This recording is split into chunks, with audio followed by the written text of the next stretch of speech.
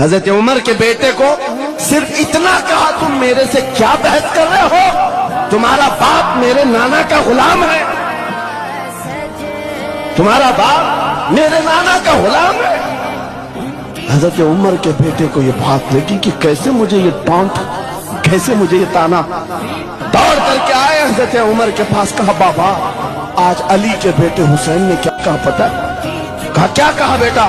کہا ہماری تکرار ہو رہی تھی، اس میں انہوں نے بلا کر کے مجھ سے یہ کہا کہ تو مجھ سے کس بات پر لڑتا ہے، تیرا باپ تو میرے نانا کا غلام ہے۔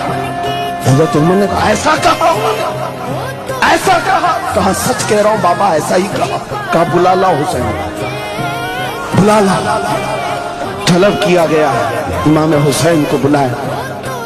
بیٹا حضرت عمر کا، ہو سکتا ہے اس وقت ان کو یہ خیال ہو کہ شاید زجر و توبیخ ہو جائے، ڈانٹ ڈپٹ ہو جائے۔ حضرت عمر آتے ہیں، کہتے ہیں اے حسین ابن علی، یہ میرا بیٹا جو کہہ رہا ہے کیا یہ بات سچ ہے؟ کیا آپ نے اس کو ایسا کہا کہ تیرا باپ میرے نانا کا غلام ہے؟ امام حسین نے کہا ہاں سچ بولتا ہوں۔ ہاں میں نے کہا۔ کہا کہہ کے بتاؤ کیسے کہا،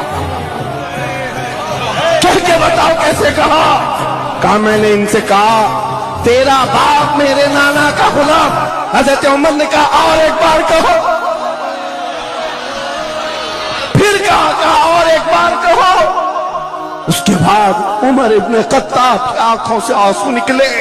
کہا اپنے بیٹے کو کیا بہترین تکرار کر کے آیا ہے کہ حسین یہاں گواہی دے رہے ہیں، کل قیامت کے دن یہ اتنا کہہ دے میری زندگی وصول ہے۔